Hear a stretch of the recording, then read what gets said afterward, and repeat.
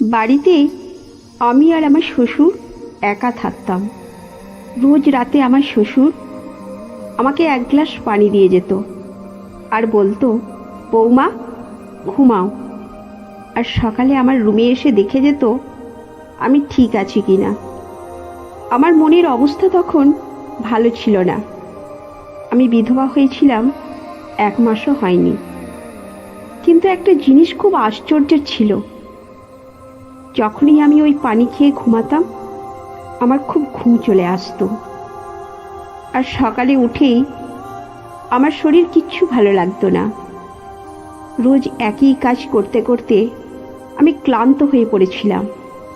একদিন আমার শ্বশুর রাতে পানি দিয়ে চলে গেল, কিন্তু আমি ওই পানি খেলাম না আর ঘুমোনোর নাটক করলাম। আর তার 4 মিনিট পর আমার সাথে যা হলো তা জানলে আপনি ভয়ে কেঁপে উঠবেন। তো বন্ধুরা, ভিডিওটি ভালো লাগলে একটি লাইক এবং চ্যানেলটি সাবস্ক্রাইব করে নেবেন। আমার নাম সুমনা। আমি একটি সাধারণ মধ্যবিত্ত পরিবারের মেয়ে। আমার 17 বছর বয়সে বিয়ে হয়। আমি খুব সুন্দরী ছিলাম। আমার বাবা মা মারা গেছেন অনেক আগেই। আমার পরিবারে আমি আর আমার কাকা ছাড়া আর কেউ বেঁচে নেই। কাকা আমার বিয়ে দিয়ে দিল, কিন্তু আমার কাকা কোনো খারাপ মানুষ ছিলেন না, মানে খুব ভালো মানুষ ছিলেন। কিন্তু উনি আমার জন্য যে পরিবার পান তারা খুব বড়লোক ছিল না, আবার গরিবও ছিল না। কিন্তু ওনার আর কিছু করার ছিল না, কারণ আমার কাকিমা একদম ভালো মানুষ ছিল না। কোনো ভালো সম্বন্ধ এলে আমার কাকিমা বলতো, আগে নিজের মেয়েদের কথা চিন্তা করো, আর একে তাড়াতাড়ি বাড়ি থেকে বিদায় করো, না হলে আমার মেয়েদের জন্য ভালো সম্বন্ধ পাবো না। যাই হোক, আমার বিয়ে হয়ে যায়। আমার স্বামী সঞ্জয় ছিল আমার জীবনের একমাত্র অবলম্বন। কিন্তু দুর্ভাগ্যক্রমে সঞ্জয় একটি দুর্ঘটনায় মারা যায়, আর আমার জীবন একদম পরিবর্তিত হয়ে যায়। শ্বশুরবাড়িতে থেকে যাওয়া আমার জন্য বাধ্যতামূলক হয়ে পড়ে।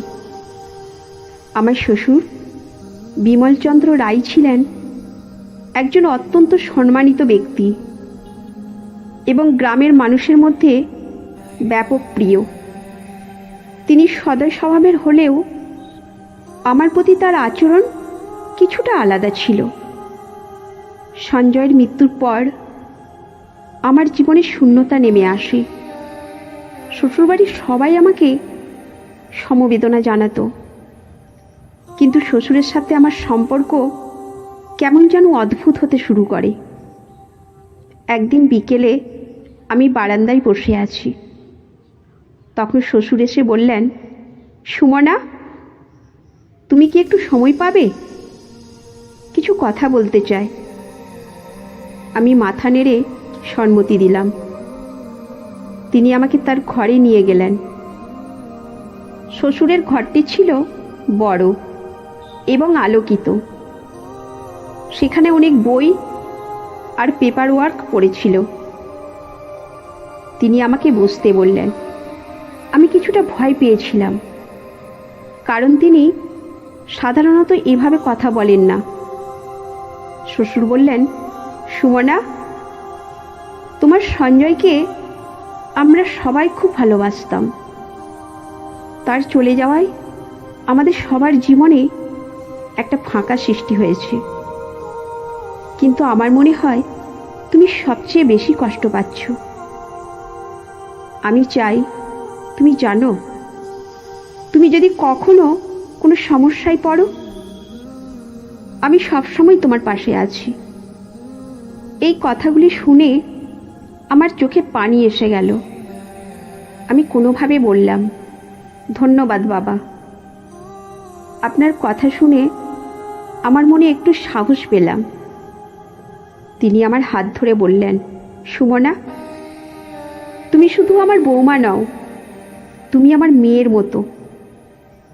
আমি চাই তুমি সবসময় সুখী থাকো। সময় বয়ে যায় আর আমাদের সম্পর্ক আরও গভীর হতে থাকে। একদিন রাতে বিদ্যুৎ চলে যায় আর আমি মোমবাতি জ্বালানোর জন্য রান্নাঘরে যাচ্ছিলাম।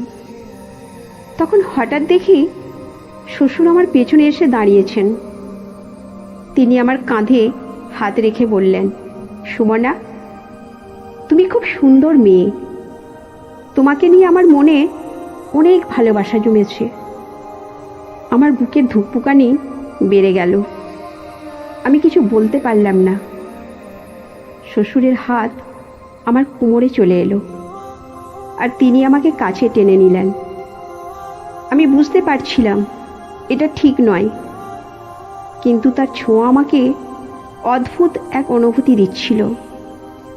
এরপর থেকে আমাদের সম্পর্ক আরও ঘনিষ্ঠ হতে থাকে। আমরা একে অপরের সাথে আরও বেশি সময় কাটাতে শুরু করি। একদিন সকালে শ্বশুর আমাকে ডাকলেন তার ঘরে। আমি ভেবেছিলাম হয়তো কোনো গুরুত্বপূর্ণ কাজ আছে, কিন্তু যখন আমি ঘরে ঢুকলাম দেখি তিনি বিছানায় বসে আছেন আর আমাকে ইঙ্গিত করছেন পাশে বসার জন্য। আমি বসতেই তিনি বললেন, সুমনা, আমি তোমাকে কিছু বলতে চাই। তুমি কি জানো আমি তোমার মধ্যে কি দেখেছি? আমি তোমার চোখে এক অনন্য সুন্দর ভালোবাসার ছাপ দেখেছি। আমি একটু অবাক হলাম। শ্বশুর বললেন, তোমার মতো মেয়েকে পেয়ে আমি নিজেকে খুব সৌভাগ্যবান মনে করেছি। তুমি কি আমাকে ভালোবাসো সুমনা? আমি কিছু বলতে পারছিলাম না। তখন তিনি আমার হাত ধরে বললেন, সুমনা, আমি জানি এটা সহজ নয়, কিন্তু আমরা যদি একে অপরকে ভালোবাসি তাহলে সব কিছু সম্ভব। আমাদের সম্পর্ক দিনে দিনে আরও গভীর হতে থাকে। আমরা একে অপরের প্রতি আরও বেশি নিবেদিত হয়ে পড়ি। গ্রামের মানুষজন কৌতূহলী হয়ে উঠতে থাকে, কিন্তু আমরা নিজেরাই নিজেদের জন্য যথেষ্ট ছিলাম। শ্বশুর আমাকে নতুন জীবন দান করেন আর আমি তাকে আমার ভালোবাসা দিয়ে পূর্ণ করি। আমাদের সম্পর্ক একসময় সমাজের চোখে ধরা পড়ে, কিন্তু আমরা কেউ পিছিয়ে যাইনি। আমরা একে অপরকে ভালোবেসে নতুন জীবন শুরু করি। শ্বশুর আমার জন্য একজন প্রেমিক, সঙ্গী এবং পরামর্শদাতা হয়ে ওঠেন।